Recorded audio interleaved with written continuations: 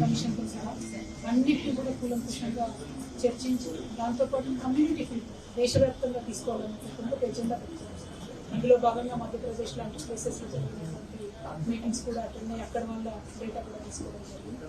తర్వాత తెలంగాణ వ్యాప్తంగా కూడా ప్రతి జిల్లా తిరిగి యునైటెడ్ కూలర్ ఆర్గనైజేషన్ ఈసీ మేధావులందరితో ఒక సంఘం ఆవిర్భవించింది. భారత జాగృతి తెలంగాణ జాగృతి ఆధ్వర్యంలో మేము కూడా అన్ని జిల్లాకి ఇవ్వడం జరిగింది. తిరిగినటువంటి సందర్భంలో చాలా పాయింట్స్ హైలైట్గా చాలా మంది బీసీ మేధావులు వచ్చి షేర్ చేసుకోవచ్చు. అందులో ప్రధానంగా నా దృష్టికి వచ్చినటువంటి అంశం ఏంటంటే రాజ్యాంగంలో బీసీ కులాలు అనేటువంటి అంశం చెప్పకుండా బ్యాక్వర్డ్ క్లాసెస్ అనేటటువంటి అంశాన్ని చెప్పారు. అక్కడి నుండే మాకు ఇబ్బంది స్టార్ట్ అయింది. ఏదైతే కాన్స్టిట్యూషన్ క్లాసెస్ వర్సెస్ కాస్ట్ దాని ద్వారా కోర్టులోకి వెళ్ళేటటువంటి పరిస్థితి ప్రతి నిర్ణయం ఏ గవర్నమెంట్ రాష్ట్ర ప్రభుత్వం తీసుకున్నా కేంద్ర ప్రభుత్వం తీసుకున్నా అది లిటిగేషన్కి దారి తీసేటటువంటి పరిస్థితి ఏర్పడుతుంది. రాజ్యాంగ సవరణ జరగాలనేటటువంటి ప్రప్రథమంగా అన్ని చోట్ల వినిపిస్తున్నటువంటి నడుస్తుంది.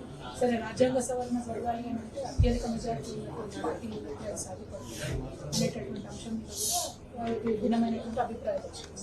సో మా ఫస్ట్ రిక్వెస్ట్ ఏంటంటే సార్, బీసీ తమరు కేంద్ర ప్రభుత్వానికి దయచేసి రాజ్యాంగ సవరణ కోసం తెలంగాణ వ్యాప్తంగా మా వాణిని మీ వాణిగా సిఫార్సు చేయవలసింది ఒకటి కోరుతాము.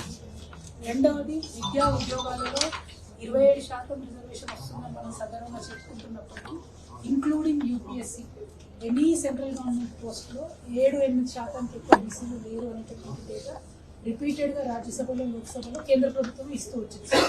ఎస్పెషల్లీ యూపీఎస్సీలో అయితే 5% కూడా దాటడం లేదు.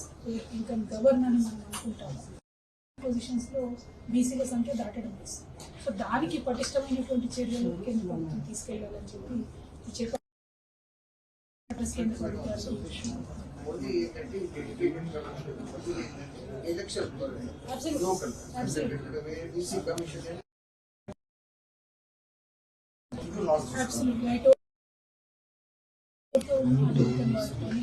కేంద్ర రాష్ట్ర ప్రభుత్వాలకు మీలాంటి స్టేటస్ ఉన్నటువంటి కమిషన్ చెప్తే ఆ సీరియస్నెస్ సిఫారసు మాత్రం అడ్వైజ్ మాత్రమే చేయమని మేము రిక్వెస్ట్ చేస్తాం. అంటే బికాస్ ఇన్ ద ప్రాసెస్ మీకు సమాజం నుంచి వస్తున్నటువంటి డిమాండ్ చెప్పడంలో టీఓఆర్ మీరు అధిగమించినట్టు కాదేమో అని నా అభిప్రాయం. As a policy maker I know it is to be done at parliament.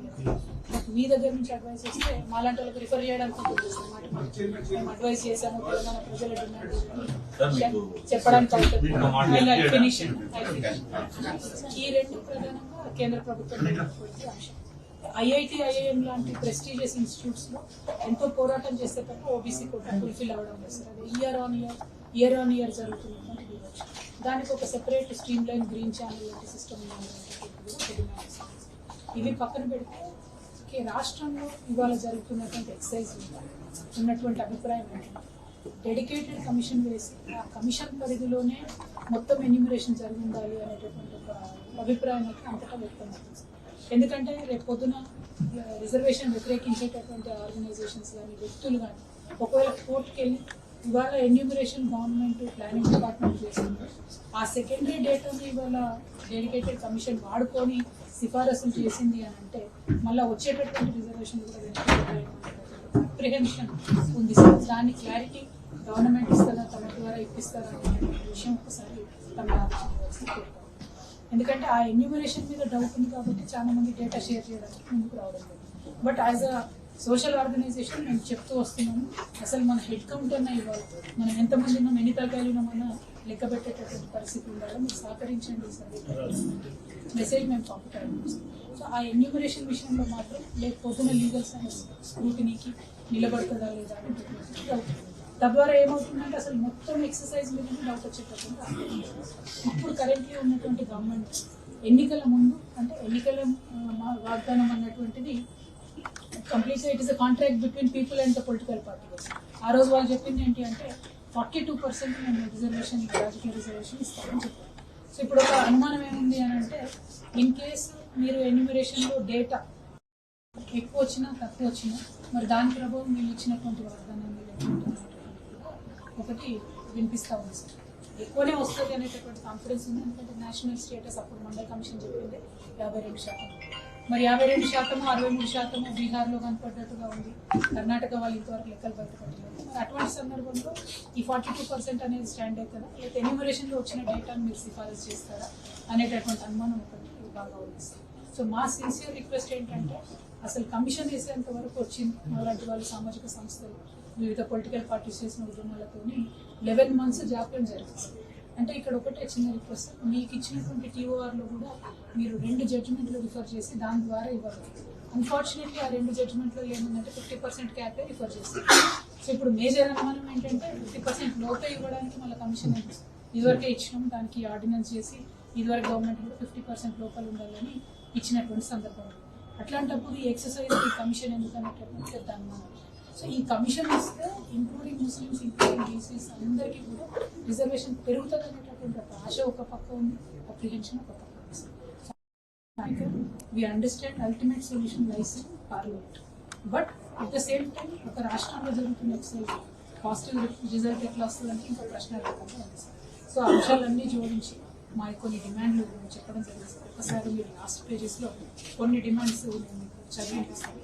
దాంట్లో what ever best, I totally understand sir 42% reservation కోసమే ఉంది, బట్ ఈ అంశంలో పేజ్ నెంబర్ 20